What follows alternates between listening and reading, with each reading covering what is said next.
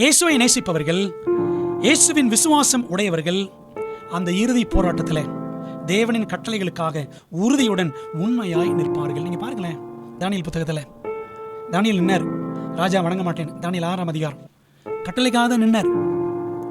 தானியேலோட 3 நண்பர்கள், நான் சொன்னேன், அனனியா, மீஷாவேல், அசரியா, தானியேல் 3ஆம் அதிகாரத்தில் சிலையை வணங்க மாட்டேன் நின்னாங்க. கட்டளைக்காக தான் நின்னாங்க. அன்பான தேவ பிள்ளைகளை, ஆகவே எல்லா காலங்களிலும் கர்த்தருடைய பிள்ளைகளுக்கு போராட்டம் என்ன தெரியுமா?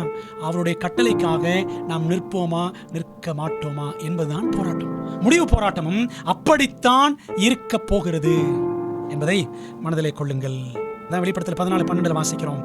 தேவனுடைய கற்பனைகளையும் இயேசுவின் மேல் உள்ள விசுவாசத்தையும் காத்து கொள்ளுகிறவர்களாகிய பரிசுத்தவான்கள். யார் பரிசுத்தவான்கள்? இயேசு விசுவாசிக்கிறவங்க மட்டும் கிடையாது, அவங்க கற்பனைகளும் கடைபிடிக்கணும். கற்பனைகளை மட்டும் கடைபிடிச்சா மட்டும் போதாது, இயேசுவையும் விசுவாசிக்கும். ரெண்டுமே இருக்கணும். Law and the gospel. சரிங்களா? முதல் வரி பாருங்க, தேவனுடைய கற்பனைகள், அதான் லா. அடுத்து இயேசு, gospel. Law and the gospel should go together. பிரமாணமும் சுவிசேஷமும் சேர்ந்தே போகுங்க. ஏன் இதை நான் அழுத்தி சொல்றேன்னா, இன்னைக்கு நிறைய சபைகள்ல இயேசு இயேசு தான் சொல்றாங்க, சுவிசேஷம் மட்டும் தான் சொல்றாங்க, பிரமாணத்தை விட்டுறாங்க.